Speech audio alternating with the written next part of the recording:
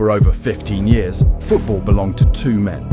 On one side, Lionel Messi, the boy from Rosario who danced with the ball as if the laws of gravity bent just for him. The quiet artist who painted masterpieces on the canvas of the pitch. And on the other, Cristiano Ronaldo, the thunderclap, the relentless machine who built himself into perfection. Goal by goal, record by record. They weren't just players, they were rivals. Barcelona and Madrid, blue and white, magician and gladiator. And in those rivalries, they forged an era of football so unforgettable. We still argue about it today. But what if it hadn't been that way? What if, instead of rivals, they were teammates? This is the story of a dream that never was. The greatest what-if football has ever known. It all really started in the mid-2000s. Messi, the child prodigy who grew into Barcelona's heartbeat. Ronaldo, the skinny winger from Madeira who transformed himself into a goal-scoring monster at Manchester United. In 2009, the world got what it didn't even know it needed. Ronaldo signed for Real Madrid, and just like that, El Clasico became more than a match. It became a battle of the gods. For almost a decade, they traded blows. One would score a hat-trick, the other would score 4 the next day. One would win La Liga, the other the Champions League. One would lift the Ballon d'Or, the other would snatch it back the next year. Every Sunday, millions tuned in just to see what the other would do next. Not even neutral fans could look away. They made each other better, like fire-sharpening steel. But they also divided us. You were either Team Messi or Team Ronaldo. You couldn't be both, and maybe that was the beauty of it. The contrast, the argument. But for a moment, just imagine if all that magic had been on the same side of the pitch. It's the summer of 2009. Cristiano has just conquered England with Manchester United winning the Premier League, the Champions League, and his first Ballon d'Or. The world expects him to join Madrid. But then, a phone call, a quiet meeting in Catalonia. Pep Guardiola, already crafting his vision of total football, convinces Ronaldo to wear the Blaugrana. The world gasps, headlines scream betrayal, Madrid burns, Barcelona rejoices, and in one seismic moment, football changes forever. On a breezy August night, under the lights of Camp Nou, two figures stand side by side in blue and red. Messi, eyes down, shy smile. Ronaldo, chest out, fire in his veins. Two kings, one kingdom. At first, people doubted. Would they even get along?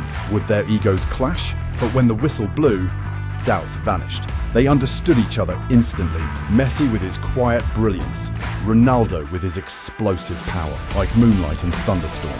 Like brushstroke and hammer, they combined for 96 goals that season. 96.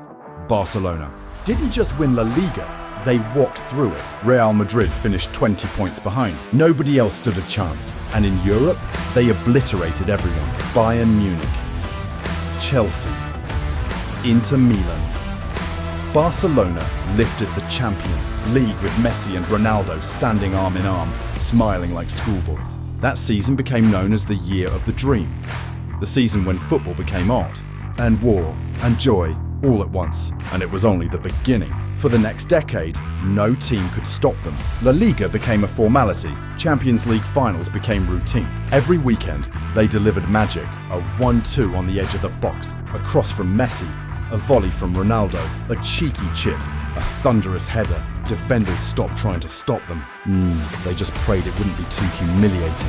And the Ballon d'Or, they didn't even bother giving it to anyone else. Year after year, it was just a question of who scored more that season. Messi and Ronaldo, Ronaldo and Messi. Always together. Kids around the world started wearing split shirts. Half Messi, half Ronaldo. Streets echoed their names, even their teammates, legends in their own. Right, admitted they'd never seen anything like it. In interviews, Messi would quietly say, "It's easy with him next to me." And Ronaldo would grin and reply, "I make it easy for him." Football had never seen anything like it, and it never would again. It wasn't just about winning. It was about what they made us feel. Camp Nou became more than a stadium. It became a temple. People came from all over the world just to witness the impossible, to see two legends in perfect harmony. Even their countries felt the magic. In 2014, Messi led Argentina to the World Cup final. And this time, he didn't miss, with Ronaldo watching from the stands, clapping proudly. 2 years later, Ronaldo lifted the European Championship trophy for Portugal. And Messi, was waiting at the airport with a hug. Their partnership had spilled over into everything: friendship, respect, inspiration.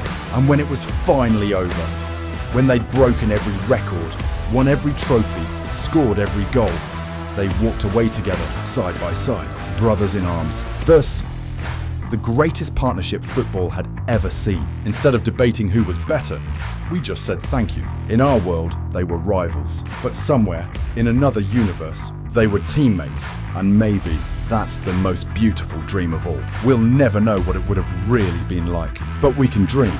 And sometimes, the dream is enough. So tell us, what's your dream? What if? Leave it in the comments. And don't forget to like and subscribe if you want to hear more stories like this one, because football is full of beautiful dreams.